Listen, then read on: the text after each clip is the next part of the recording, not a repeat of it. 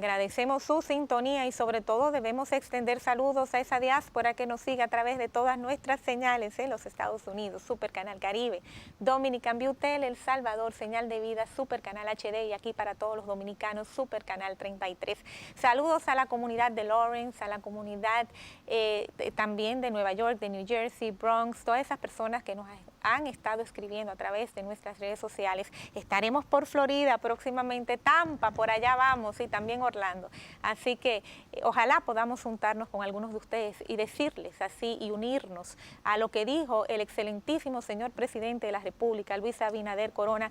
Un aplauso para la diáspora dominicana. Sí, señora, así se hace. Somos una diáspora honorable, una diáspora que ha trabajado y que ha llegado allá a hacerlo bien. Y sobre todo, a enviar remesas para sus familiares a la República Dominicana. Señores, gracias.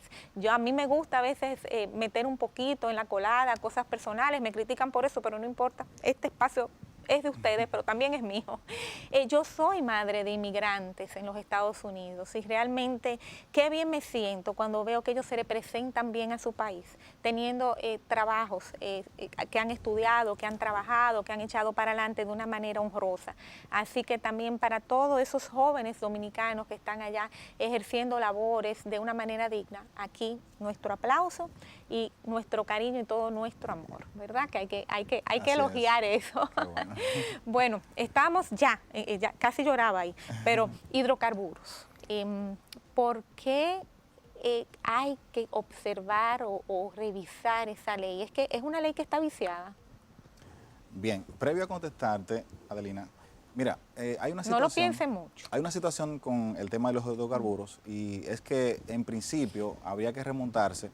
Esta ley es del 2000, yendo un poquito hacia atrás, en el año 2000 nosotros pues estábamos firmando un tratado de libre comercio con Estados Unidos, el DERE-CAFTA, y ahí nosotros tuvimos que en materia legislativa desarrollar una serie de leyes, derecho de autor, por mencionar medio ambiente y el tema de la ley de hidrocarburos. Es decir, nos estábamos preparando para entrar a ese tratado internacional.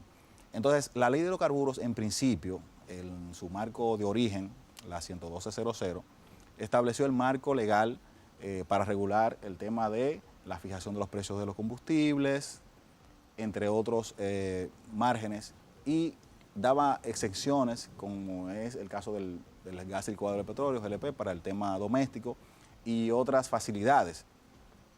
Pero esa misma ley también le dio una potestad reguladora al Ministerio de Industria y Comercio, en ese entonces, ahora Ministerio de Industria y Comercio y MIPYMES, para que ellos regularan el tema de los precios y fijaran todo ese andamiaje jurídico y regulatorio para el tema de los hidrocarburos. Entonces, en esa permisibilidad que le otorgó y esa facultad reguladora es donde ha estado el problema.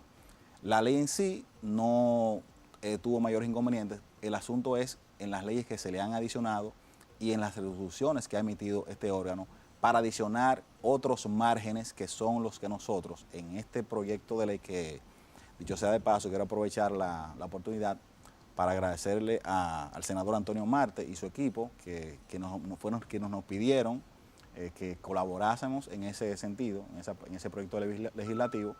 Yo debo de admitir que no conocía en modo alguno el tema de los hidrocarburos, pero como te decía anteriormente, como soy un inquieto, pues solamente tuvo que descomponer todo el componente de legal desde el 1953 hasta la fecha y ahí pudo observar el problema. O sea que parece ser que es una ley que necesita ser actualizada más que corregida.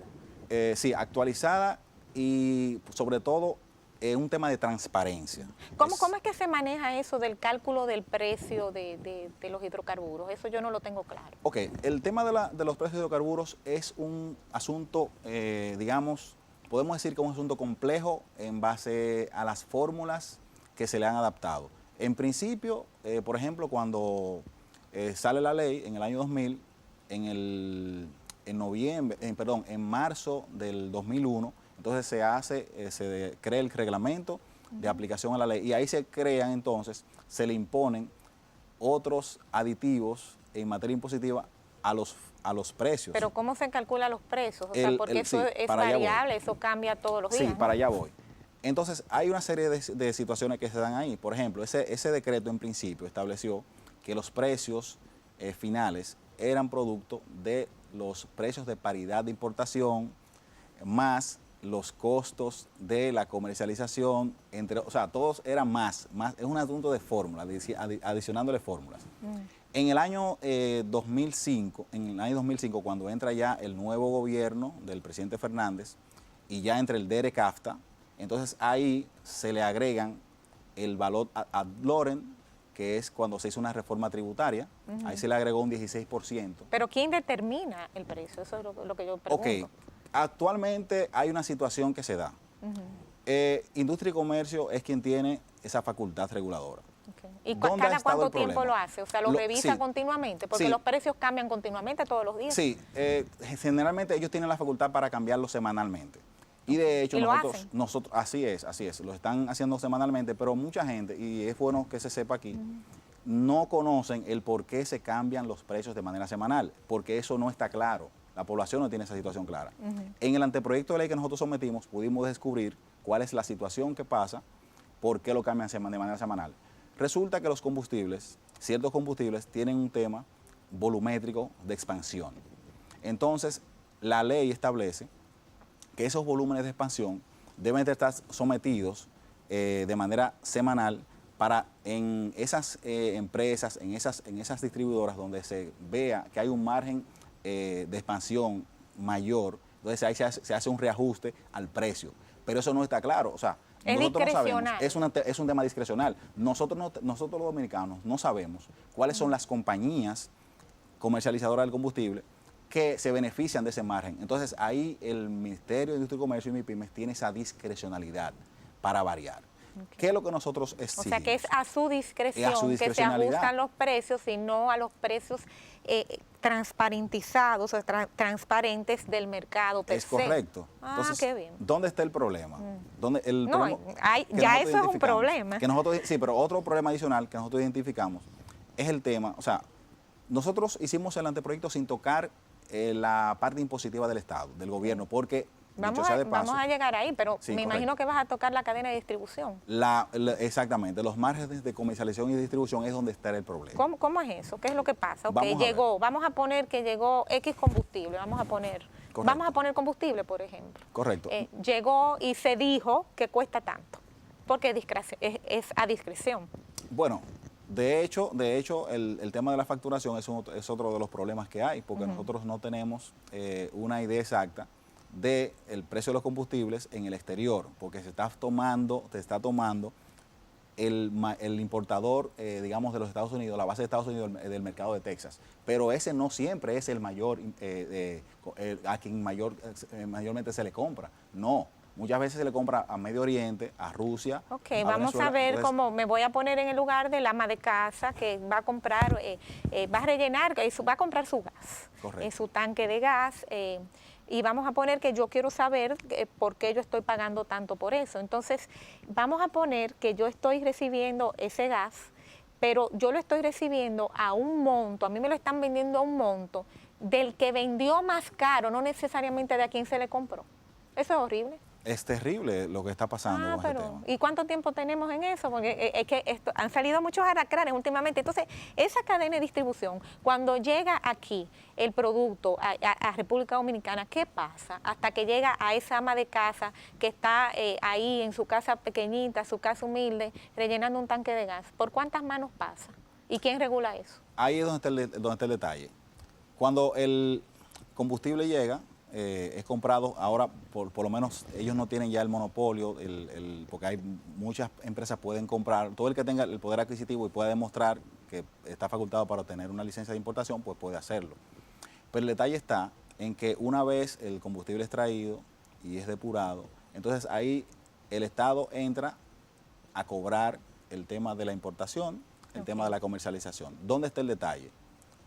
Vuelvo y repetimos, en los márgenes de comercialización que a los transportistas le han agregado un porcentaje X, a los distribuidores un porcentaje X y a los comercializadores otro porcentaje. Entonces, ahí ese 26% es donde está el gran problema. O sea, un 26% entre los tres o hay un sector más favorecido entre que los otro. tres, entre los tres. Ok, ese 26% se le carga a la población. Se le carga a la población. Ay, y qué es donde está emoción. y esos márgenes están, o sea, quien tiene la facultad reguladora, o sea, de manera discrecional, es precisamente el Ministerio de Industria, Comercio y MIPYMES. Okay. Entonces llegó al país, pasa por todo ese proceso, de la manera en que ya sabemos que llega, todo eso, pero hay otro detalle que me llama mucho la atención y es el pesaje. ¿Quién regula el pesaje o si se regula? Bueno, nosotros estamos proponiendo, porque volvemos y repetimos, Industria y Comercio es quien tiene la facultad reguladora de todo el componente. Por eso nosotros le proponemos que si viabiliza nuestro anteproyecto de ley que presentamos a través del senador Antonio Marte el pasado 12 de febrero, ahí se van a resolver varios problemas. Uno de ellos es el tema de la transparencia al momento de la imposición de los precios. Proponemos que no sea semanal, sino cada vez que se compre. Okay. Porque para que el pueblo pueda tener esa viabilidad. Que no debe ser tan difícil. Que no debe ser tan difícil. Okay. El otro tema es que nosotros tocamos dos combustibles que representan más del 60% de la importación y del consumo nacional, que son el GLP, por su componente doméstico y el uso mayoritario, y el gasoil regular, que es prácticamente quienes mueven todo el aparato productivo nacional. Solamente sin tocar la parte impositiva del Estado, del gobierno, del tema de los hidrocarburos, solamente modificando y fijando y subsidiando esos dos sectores, la población se va a beneficiar de manera general y eso se va a traducir en que tengamos una paz, por lo menos en términos, digamos, económicos, para que la población tenga esa paz que les requerimos, porque es una angustia terrible cuando los viernes, ¿verdad? Estamos esperando ese aumento. Un producto de necesidad básica que puede cambiar de valor cada día, ¿no? O no Correcto. Sabemos incluso si nos están engañando en buen sentido de la palabra. El pesaje. Entonces, para concluir con la pregunta, entonces en ese momento, en ese anteproyecto, nosotros estamos proponiendo que el GLP que vaya a ser distribuido a granel al tema para el consumo, que se determine que es para el consumo doméstico, excluyendo a los transportistas, excluyendo a todo ese tipo y a los comercios, debe ser pesado, pero eso es de manera obligatoria. No es en la actualidad y me imagino que, o sea, no, ¿verdad? No se está pesando. Actualmente no hay. O sea, que cuando yo compro algo de GLP para mi casa, para mi uso personal, yo no tengo la menor, o sea, yo tengo que confiar en lo que me están diciendo. Así es. Ok, interesante eso. O sea, que a nadie se le va a ocurrir vender 10 y cobrar 15. Es ahí donde está el gran detalle, que entendemos que merece una transparencia y es por eso que pedimos que eso sea no facultativo del órgano regulador en este momento, sino que sea regulado por ley. Lo felicito en ese sentido por la iniciativa, porque es muy buena. Nos quedan pocos minutos, pero hay dos temas que no podemos dejar de tocar, aunque sea vuelo de pájaro. Uno es también la responsabilidad con el medio ambiente de lo que importamos, porque quizás no hemos sido lo suficientemente discriminatorios en ese sentido. Estamos importando cualquier cosa, ¿no? Sí, coméntame de eso, por favor. Bueno, nosotros identificamos dentro de los problemas que se han suscitado es que el Estado no ha sido responsable en el tema de las energías alternas.